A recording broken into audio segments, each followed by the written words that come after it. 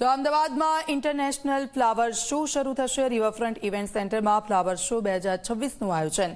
આવતીકાલે મુખ્યમંત્રીના હસ્તે ખુલ્લો મુકાશે ફ્લાવર શો। 6 ઝોનમાં વિવિધ આકર્ષક લોકોને જોવા મળશે। 22 જાન્યુઆરી સુધી આ ફ્લાવર શો લોકો માટે ખુલ્લો રહેશે। ફ્લાવર શોમાં દિવાળી, ઉત્તરાયણ સહિતના તહેવારોની પ્રતિકૃતિ પણ જોવા મળશે। તે ઉપરાંત નટરાજ, ભાંગડા, ગરબા સહિત ભારતીય નૃત્યની પણ પ્રતિકૃતિ આકર્ષણનું કેન્દ્ર બનશે। અલગ અલગ 6 ઝોન પ્રમાણે વિવિધ પ્રતિકૃતિઓ આકર્ષણનું કેન્દ્ર બનશે। અમદાવાદ ઇન્ટરનેશનલ ફ્લાવર શો 2026 એ સ્થળ ઉપર હું છું અને એ નજારો એ આકર્ષણ આપને બતાવી રહ્યો છું, કારણ કે આ વખતનો ફ્લાવર શો વિશેષ છે।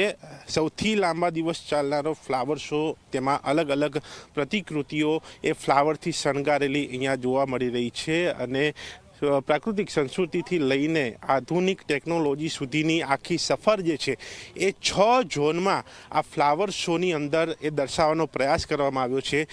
મેયરે એએમસી કમિશનરે આજે એ તમામ વિગતો આપી। એ મેયર પણ આ ફ્લાવર શો જે છે એ અહીંયા તૈયારીઓ એને નિહાળી રહ્યા છે। મુખ્યમંત્રી આ ફ્લાવર શોની શરૂઆત કરશે અને જે પ્રકારે દર વર્ષે આ ફ્લાવર શો યોજાતો હોય છે, જેમાં આ વર્ષનું આકર્ષણ જે છે એ વિશેષ પ્રકારની તૈયારી સાથેનું જોવા મળી રહ્યું છે। મેયર સાથે વાત કરીશું। મેયરશ્રી, આ વખતનો ફ્લાવર શો એ કઈ રીતે અલગ, કઈ રીતે ખાસ, એ શું વિશેષતા?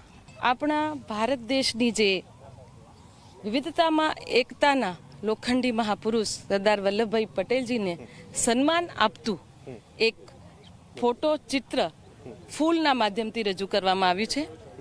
એની સાથે સાથે જ Ahmedabad municipal corporation, smart city Ahmedabad અને સાબરમતી રિવરફ્રન્ટ કોર્પોરેશનના સહયોગથી આ આંતરરાષ્ટ્રીય ફ્લાવર શોનું આયોજન કરવામાં આવ્યું છે। એમાં અમદાવાદ મ્યુનિસિપલ કોર્પોરેશનના બાળકોને, સૈનિકોને અને જવાનોને અને દિવ્યાંગોને નિઃશુલ્ક પ્રવેશ આપવામાં આવશે અને જે ખાનગી શાળાના બાળકો છે એમના માટે ₹10 ટોકન રાખવામાં આવ્યું છે।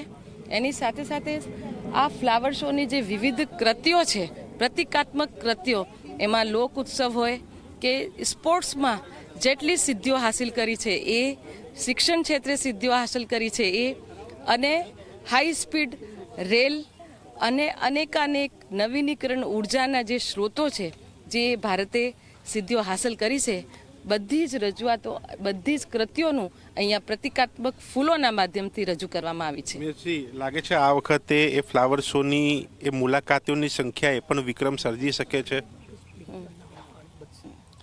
આ ફ્લાવર શોમાં આમ તો અમે 22 તારીખ સુધીનું રાખ્યું છે, પણ જે લોકોનો જે ઘસારો વધશે, લોકોની જે ડિમાન્ડ રહેશે, તો અમે એમને આ ફ્લાવર શોને વધારી અને લગભગ 26 તારીખ સુધી ખુલ્લો એને રાખી શકવામાં આવે।